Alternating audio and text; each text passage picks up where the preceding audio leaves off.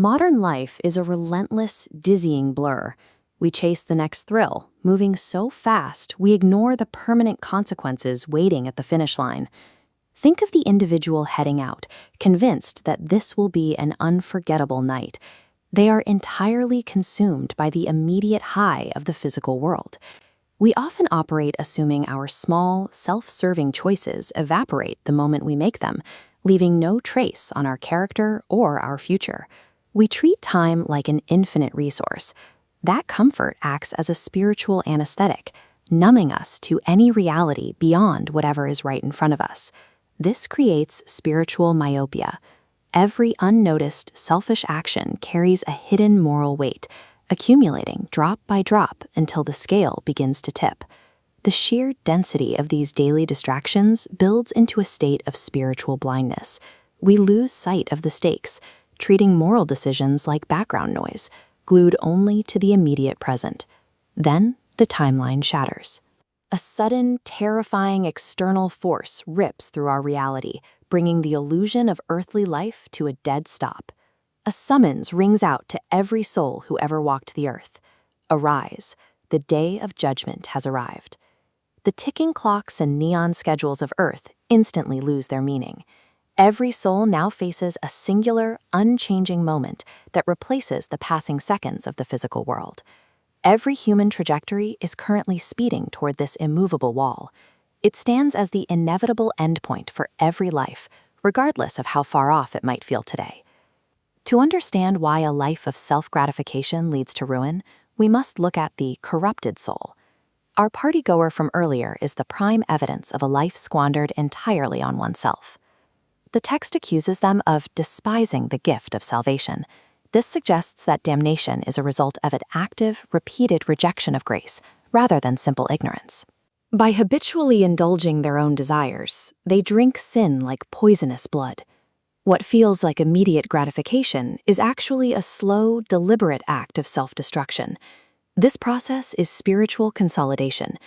Repeated selfish choices force a person's trajectory to loop inward, solidifying their identity into an inescapable, closed-off circle. Prioritizing personal desire inherently severs connections with everyone else.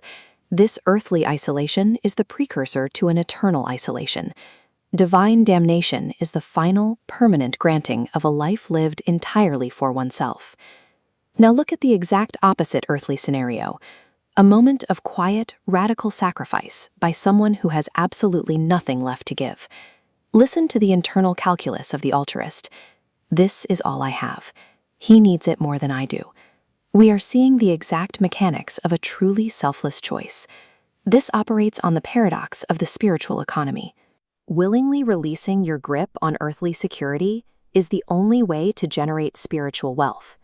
This chart shows how a strictly finite material loss mathematically inverts. A single act of sacrifice expands directly into an infinite, non-material gain. These transactions happen in the shadows, unnoticed by the world, but they are perfectly recorded by a divine metric that misses nothing.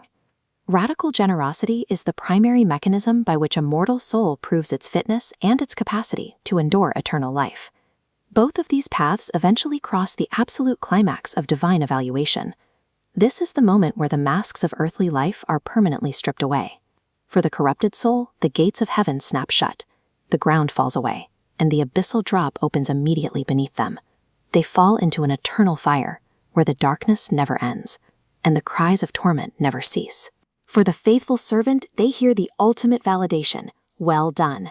Heaven stands wide open to welcome them into their reward. They enter a state of eternal life, where tears are permanently erased, replaced by glory and absolute peace. At the moment of death, the trajectory of the soul locks into place. Divine judgment acts as the final enforcement of the direction we spent our entire lives sprinting toward. The day of judgment functions as an inescapable mirror, stripping away the earthly performance to reflect the true character we built in secret. There is no middle ground.